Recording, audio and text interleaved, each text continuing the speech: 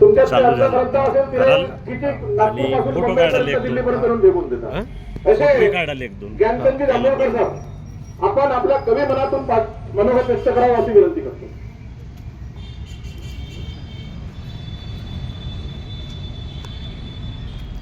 धन्यवाद भाऊ.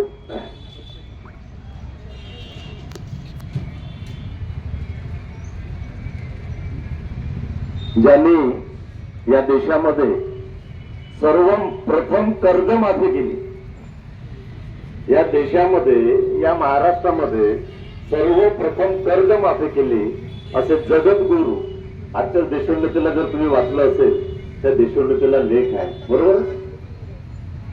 जगद्गुरू संत तुकाराम महाराज,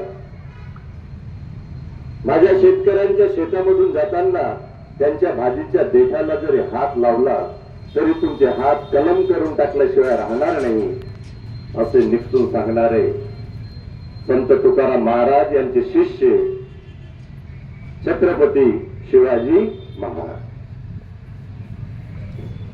संत छत्रपती शिवाजी महाराज यांचे शिष्य आणि ज्यांनी छत्रपती शिवाजी महाराजांना गुरु मानलं.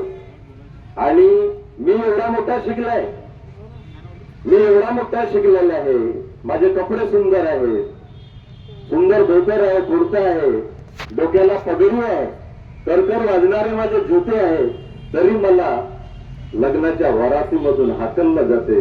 ही एवढी विषमता या देशामध्ये जर असेल तर माझ्या समाजाचं काय, असा प्रश्न ज्यांना पडला असे महात्मा ज्योतिराव फुले.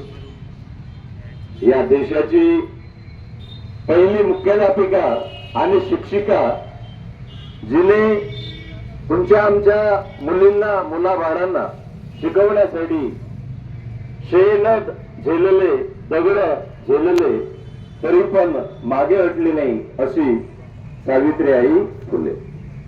आपल्या घरचं जेवणाचं ताट विका, पत्नीला एकच मुलगा घ्या, मात्र पोरांना शिकवा अशी दिवसा रस्ते स्वच्छ करणारे, गाव स्वच्छ करणारे आणि आपल्या प्रबोधनाच्या माध्यमातून रात्रीला आमचा मेंदू आणि आमचे डोके साफ करणारे संत गाडगे महाराज. अरे रिकामा कशाला फिरत, तुझं गावच नाही का तीर्थ, असे ग्रामगीताच्या माध्यमातून सांगणारे राष्ट्रसंत तुकडोजी महाराज. माझ्या दाढीला जेवढे केस आहे, माझ्या दाढीला जेवढे केस आहे तेवढे मी बहुजनांचे पोरं, SC ST OBC चे पोरं मोठे मोठे अधिकारी बनवणार नाही, तोपर्यंत मी आपली दाढी काढणार नाही आणि पायामध्ये चप्पल घालणार नाही असे समाजाला सांगणारे कर्मवीर भाऊराव पाटील. आणि या सर्वांच्या स्वप्नांना न्याय, स्वातंत्र्य, समता आणि बंधुता हे सर्व हे अलिखित होतं सर्व, परंतु यांना लेखणीच्या माध्यमातून आपल्या पेनाच्या साह्याने या देशासाठी सर्वात मोठा ग्रंथ ज्यांनी लिहिला असे डॉक्टर बाबासाहेब आंबेडकर. मित्रांनो, आज धरणे आंदोलन आपली एक कडी आहे. त्या दिवशी एक नागपूरला कडी झाली, ही आजची दुसरी कडी आहे. तर या धरणे आंदोलनामध्ये आपल्याला काय करायचं आहे, सामील व्हायचं. आणि यासाठी या ठिकाणी जमलेले आमचे बहुजन बंधू भगिनी आहेत, OBC बंधू भगिनी आहेत, असं समजू नका की आपण या ठिकाणी फार कमी आहोत. बाळकृष्ण सार्वे साहेब, कमी समजू नका, कारण आपण एक एक म्हणजे 100 लोक आहोत असं आपण गृहीत धरूया. आमचे मित्र या ठिकाणी धनंजय बेरेवार सर बसलेले आहेत, ते एकटे इथे आहेत, पण त्यांच्या मागे 500 शिक्षकांचे समुदाय आहे हे आम्हाला माहित आहे. या ठिकाणी ज्येष्ठ कार्यकर्ते आहेत, आमचे सदानंद इल्मे आहेत, त्यांचा एक आवाज म्हणजे एक आवाजाने लोक जमा होतात. वैरागारी साहेब, धोटे साहेब, आमचे मित्र सेलुकर साहेब आहेत या ठिकाणी, आणि संपूर्ण या ठिकाणी तर मित्रांनो, मंजिलें उन्हीं को मिलती है जिनके सपनों में जान होती है, मंजिलें उन्हीं को मिलते हैं जिनके सपनों में जान होती है। पंखों से कुछ नहीं होता, हौसलों से उड़ान होती है, हौसलों से उड़ान होती है। म्हणून मित्रांनो, घाबरण्याची गरज नाही, सर्व समाज आपल्या पाठीशी आहे। आता गावागावामध्ये आपल्याला जाऊन काय करायचे आहे, जागृती करायची आहे आणि आपले जे महापुरुष आहेत हे महापुरुष आपल्याला त्यांना समजावून सांगायचे आहेत, आपले संत त्यांना समजावून सांगायचे आहेत, आपली चळवळ आपल्याला समजून सांगायची आहे। कारण हे जोपर्यंत समजून सांगणार नाही, आणि याच्यासाठी सर्वसाधारण उपाय सांगतो मी तुम्हाला। आता हा जो ओबीसी समाज आहे हा झोपलेला आहे, परंतु बाबासाहेब म्हणायचे ओबीसी समाज हा झोपलेला वाघ आहे, ओबीसी समाज हा झोपलेला वाघ आहे। तो समजा एका दिवशी जर जागृत झाला ना तर तो एखाद्याच्या नरडीचा घोट घेतल्याशिवाय राहणार नाही, हे लक्षात घ्यायचं। म्हणून त्यांच्या माध्यमातून आपल्याला जाणून जागृती करावी लागेल। आज जे बाबासाहेब फुले साहेब आंबेडकरांची जी चळवळ जिवंत ठेवलेली आहे, एसटी समाजाची जी चळवळ जिवंत ठेवलेली आहे, तर ती वामनदादा कर्डक यांनी जिवंत ठेवलेली आहे। गाण्यांच्या माध्यमातून, गीतांच्या माध्यमातून त्यांनी ही चळवळ जागरूक केलेली आहे। म्हणून आता या भंडारा जिल्ह्यामध्ये 7ही तालुक्यामध्ये असं नियोजन करूया आपण की भजनी मंडळाच्या माध्यमातून एक गाडी पुरवू आपण प्रत्येक तालुक्यामध्ये, आणि त्या तालुक्यामधून भजनी मंडळाच्या माध्यमातून, आपल्याकडे तर कलाकार लोक खूप आहेत, कलाकार लोक खूप आहेत साहेब आपल्यामध्ये, त्या कलाकाराच्या माध्यमातून 7ही तालुक्यामध्ये गावागावामध्ये, प्रत्येक गावामध्ये ओबीसी समाज आहे, प्रत्येक गावामध्ये एससी आणि एसटी ओबीसी समाज आहे, त्या प्रत्येक समाजाला आपल्याला जागृत करावं लागेल या भजनी मंडळाच्या माध्यमातून आणि त्यांच्याच माध्यमातून।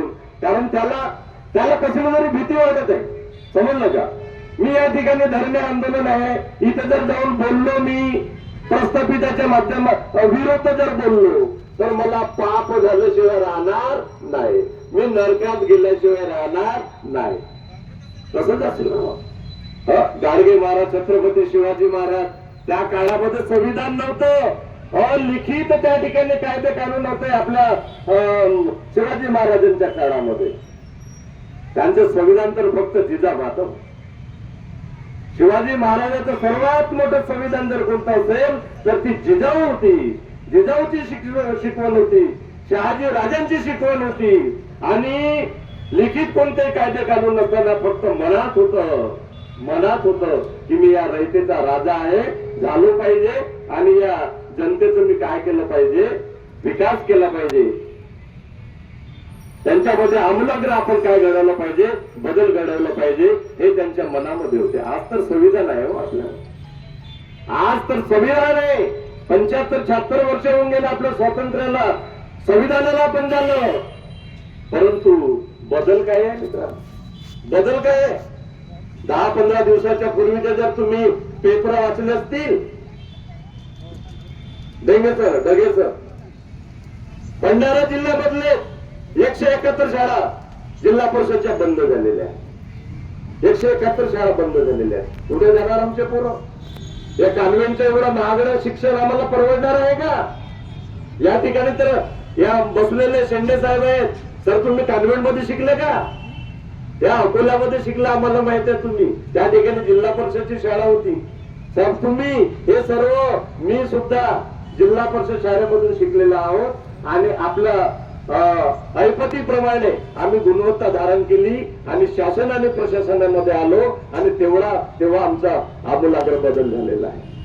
परंतु आज शासनाच्या लक्षात आलंय, आज सरकारच्या लक्षामध्ये आलेलं आहे की हे मराठी मीडियम मधून शिकणारे पोरं, मराठी माध्यमातून शिकणारे पोरं IAS होतात, MPSC होतात, UPSC होतात, डॉक्टर होतात, इंजिनियर होतात, कोणत्या माध्यमातून? मराठी माध्यमातून। कारण त्यांना जर कॉम्पिट करणारा जर कोणता समाज असेल, आज हे जे उच्चवर्णीय लोक आहेत, मनुवादी लोक जे बसलेले आहेत, त्यांना जर कोणता कॉम्पिट करणारा जर समाज असेल तर हा SC ST OBC समाज आहे, हे त्यांना लक्षात आलं। आणि आजही आजच्या माध्यमातून, आजच्या तारखेला तुम्ही बघून घ्या, आमच्या पोराला लेखी परीक्षेमध्ये जास्त मार्क असतात, थिअरी पेपर मध्ये आमच्या पोराला जास्त मार्क असतात, परंतु 200 मार्काचे काय असते, ओरल परीक्षा असते. आणि ते ओरल घेण्यासाठी या इथल्या कोणीही जिथे बसलेले आहेत याच्यापैकी तिथे ओरल घेणारा कोणीच नाहीये. फक्त 3% त्या ठिकाणी लोक बसलेले आहेत, जी कमिटी असते त्याची. तुमच्या पोराला कसे मार्क मिळतील, कसे मार्क मिळतील? म्हणून 200 पैकी त्यांना सर्वात जास्त मार्क मिळतात ओरल मध्ये. दोन्ही मार्काची टोटल होते आणि मग युपीएससी आणि एमपीएससी आपला पोरगा मागे पडतो आणि त्यांचा